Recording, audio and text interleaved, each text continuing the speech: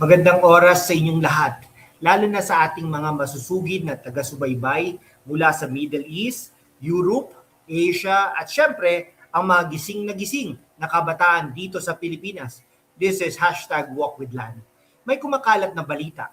Magtatago raw ba ang Duterte Block? Haharap ba si Representative Pulong Duterte? Let's get one thing straight. Intellectually speaking, hindi pagtatago ang tawag kapag ang sistema ay rigged, na laban sa iyo. Ang tawag doon ay pagpili ng tamang laban. Today, we dive deep. Bakit nga ba parang gigil ang ilan na mapatalsik ang mga Duterte? Is it accountability or is it just plain old political vendetta? Bago tayo magpatuloy, check out my best finds for the month. Sa mga laging puyat sa kakamonitor ng balita, you need this. Ergo chair from Lazada for long hours of watching. Blue light blocking glasses from Shopee. Stay sharp, keep your eyes protected. Si Representative Pulong Duterte, madalas nating makitang tahimik. In the world of Philippine politics, silence is often mistaken for weaknesses. But in the world of strategy, silence is preparation. Representative Pulong has been consistent. Yung budget ng Davao, yung serbisyo sa tao, doon siya nakatutok. Ngayon, itong impeachment vote, is it a debate or a scripted drama? A critical thinking check. Kung ang Kongreso ay kontrolado ng iisang kulay, anong laban ng logic? Representative Pulong and the Duterte Bloc are not afraid of a debate. They are afraid of a kangaroo court. Yung hatol na bago pa man magsimula ang paglilitis.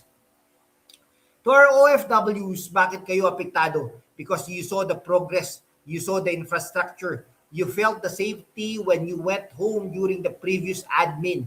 Ang pag-atake sa Duterte Block ay pag-atake sa legacy ng serbisyong naramdaman natin. Naramdaman nyo. Habang nagtatrabaho kayo dyan, kailangan nyo ng gadgets na hindi kayo bibiguin para maka-video call sa pamilya. Samsung Galaxy S series from Shopee and power bank 20,000 mAh from Lazada. Huwag hayaang malobat sa gitna ng laban. Sa mga Gen Z at millennials, don't just follow the hashtags. Look at the numbers. Look at the loss. Ang Duterte Block sa pamumuno ni na Representative Pulong ay tumatayo bilang opposition of substance. Hindi sila basta-basta sumisigaw. Sila ay nagtatanong, nasaan ang pondo? Bakit ang mahal ng bilihin? Bakit puro impeachment ang inuuna kaysa sa gutom? It takes courage to be a Duterte supporter in an era of a cancel culture. But remember, history is written by the brave, not the trendy. Speaking of trendy, stay fresh while debating online.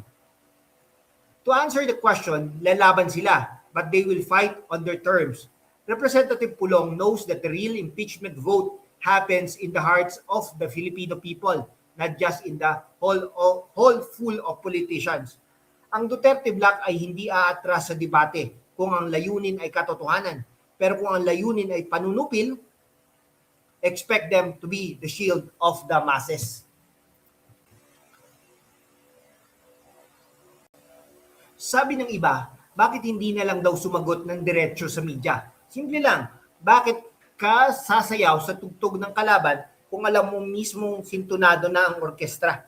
Si Representative Pulong Duterte, hindi lang siya basta congressman ng Davao. Simbolo siya ng isang rehiyon na pagod na sa Imperial Manila politics. Ang bawat galaw ng Duterte Block ay pinag-iisipan. Hindi ito tago-tago. Ito ay strategic positioning.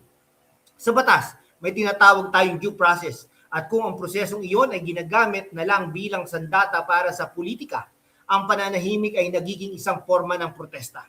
Sa ating mga kabataan, tingnan nyo ang pattern. Tuwing may malaking issue sa ekonomiya, biglang lumalabas ang usapin ng impeachment. Is it distraction? Is it smokescreen? Gamitin ang inyong intellectual lens. Huwag magpadala sa headline. Basahin ang fine print. At bago tayo tuluyang magpaalam, siguraduhin na handa rin kayo sa iyong mga personal na laban sa araw-araw.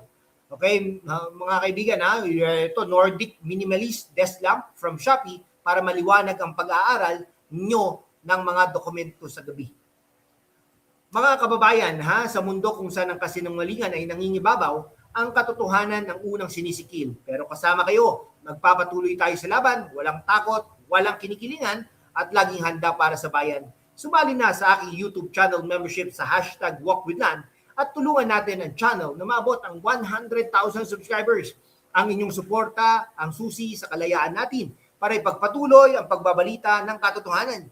Check the links below for our top 6 trending products to support the channel. Salamat at kita-kits sa laban.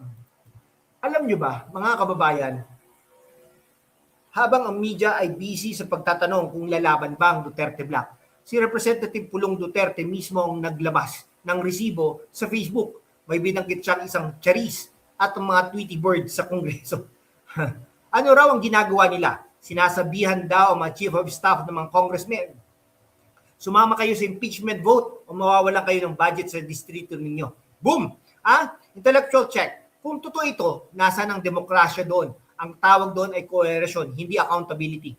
Kaya kapag sinasabi nating nagtatago ang Duterte Black, baka ang mas tamang tanong ay, sino ang nananakot? Representative Pulong is warning us about pressure politics. Ginagamit ang salin, ginagamit ang budget, ginagamit ang bawat tool ng gobyerno para lang mapaluhod ang mga ayaw sumunod sa script. Is this a trial or a hold-up? Let's talk numbers. Sa ating mga mouth wizards dyan, kailangan lang ng 106 na boto ang 1/3 na House para ipadala ang impeachment sa Senado. 106 lang. No? Sabi ng iba, madali raw itong makuha. Pero bakit parang hanggang ngayon, kailangan pang manakot para makakuha ng pirma? Kasi alam nyo, yung sa Justice Committee, 55 na po yun eh. O di konti na lang, di ba? If the evidence is so strong, ba't kailangan ng pressure? Ang Duterte Black, kasama si Representative Pulong, ay nakatayo ng isang prinsipyo. Kung matibay ang ebidensya, hindi mo kailangan ng pananakot. Ang katotohanan ay may sariling liwanag. Sa ating mga OFWs, imagine niyo ito. Pinaghihirapan niyo ang bawat sentimong pinapadala ninyo dito sa Pilipinas. Tapos ang mga politiko rito, ginagamit ang pambansang budget bilang panuhol o panggigipit sa boto. This is a slap in the face of every taxpayer. Mga kaibigan, speaking of value for money, don't miss the Nike sneakers from Zalora. Invest in quality that lasts, just like how we should invest in quality leaders. Ang laban na ito ay hindi matatapos sa plenaryo ng Kongreso. Kung makarating man ito sa Senado, doon natin makikita ang tunay na laro. At sigurado ako, ang Duterte Black ay hindi mananatiling tahimik like what Representative Pulong said. Huwag gawing fashion ang salin. Gamitin ang batas para sa hustisya, hindi para sa mga politika. Kayo mga kawok, anong tingin ninyo? Handa na ba kayong makita ang katotohanan sa likod ng mga Tweety birds na ito? Comment down below. Mga kababayan, sa mundo kung saan ang kasinungalingan ay nangingibabaw, ang katotohanan ng unang sinisikil. Pero kasama kayo, magpapatuloy tayo sa laban mga kaibigan. Walang takot, walang kinikilingan, at laging handa para sa bayan. Sumali na sa aking YouTube channel membership sa #WalkWithLan at tulungan natin ang channel na maabot ang 100,000 subscribers. Ang inyong suporta, maliit man o malaki, ang nagsisilbing gasolina sa ating makina para ibunyag ang mga itinatago ng mainstream media. Click the link for the best finds from Shopee and Lazada to support the channel. Salamat, God bless the Philippines, at kita-kits sa susunod na laban.